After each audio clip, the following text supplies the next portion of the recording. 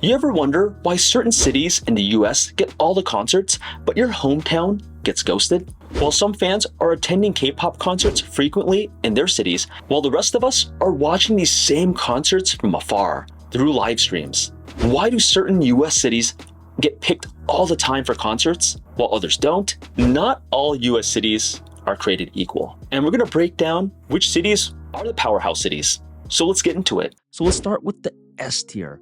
We have at the very top, Los Angeles and New York, or more accurately, LA and the New Jersey stops just outside NYC. These two cities host pretty much every major K-pop tour. Then we got the A tier. These are cities such as Chicago, Dallas, Atlanta, and Oakland, or the greater San Francisco/San Jose area. These are regular cities on most K-pop tour schedules. Then we're moving on to the B tier.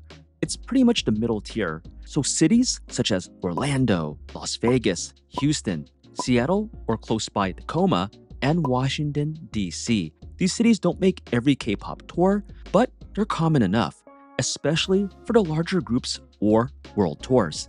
Then we're going down to the C tier, and you're not gonna find too many concerts here. So you got cities such as Miami, Boston, Phoenix, Denver, and Minneapolis. They all fall into this group, where you'll occasionally see a K-pop show here, but it's not consistent. And then finally, we got the D tier, which barely gets K-pop concerts at all. And we have cities such as San Diego, Honolulu, Philadelphia, Salt Lake City, and Indianapolis. Sadly, these cities rarely make the K-pop tour list, and when they do, it's usually for smaller or niche acts trying out unique K-pop tour strategies. So now that we went through the tier list, let's talk about the whys, which K-pop labels and tour organizers look to when deciding which cities their groups are going to perform at. So what makes a city desirable for K-pop tours? It usually comes down to 6 key business factors. First is population size. Bigger population means more fans, and more fans mean more tickets sold. Simple math. Number 2, international airport access. Touring is expensive, and international flights are even more so. Cities with major airports make it easier for artists and staff to fly in and out efficiently. But it's not just for the artists. Fans benefit too. Cities with major international airports attract fans from other countries who want to fly in for the show. Having a direct flight option makes these cities more accessible and appealing for global fans planning concert trips. 3, venue availability and capacity.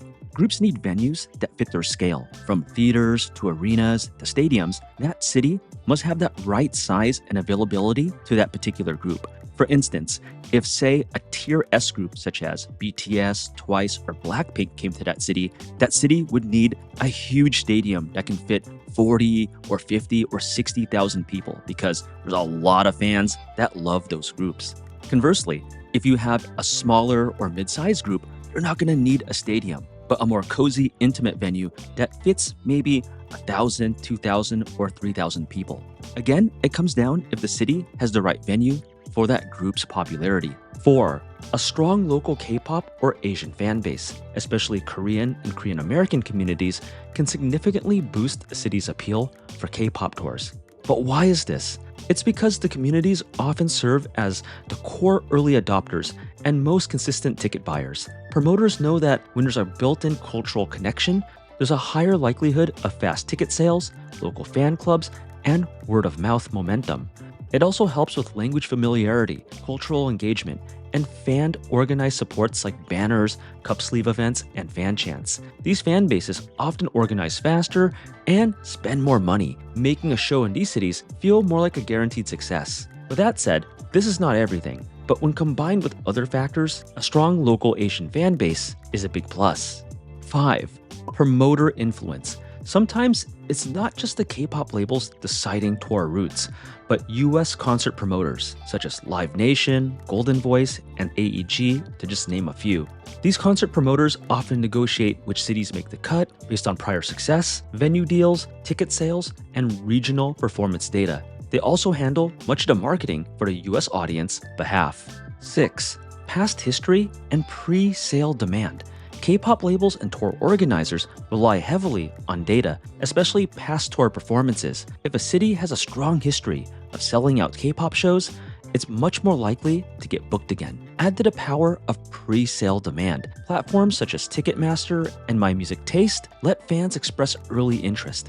And when there's thousands of fans in a particular city sign up, even before tickets go live, it sends a clear signal. This city is a safe bet. The combination of proven history and high early demand can often tip the scale when planning a tour route. We did talk about the major cities from S tier all the way to D tier and some of their reasons, but let's talk about some edge cases, ones that puzzled me that, wait a minute, why is the city ranked so low? Or why is the city ranked so high? And I'm sure you have some of these questions as well. For instance, Dreamcatcher actually performed in Reading, Pennsylvania, which was not on the tier list at all. ATEEZ, another huge group, performed in Tacoma, Washington, which is not too far from Seattle, but it's quite a ways. And the reason why some groups, even the large ones, perform at smaller cities is because of cheaper venue costs or easier transportation to get to said city, better parking, and a very, very passionate fan base where they'll spend a lot of money. K-pop companies and tour organizers find out passionate fans through a lot of data. So there are some cities in the US that do have those passionate fan bases where those fans will spend a lot and will show up to any K-pop concert in their cities. And I think these cities in the future will show up on my tier list and will be up-and-comers. So moving on to why some large US cities get skipped over.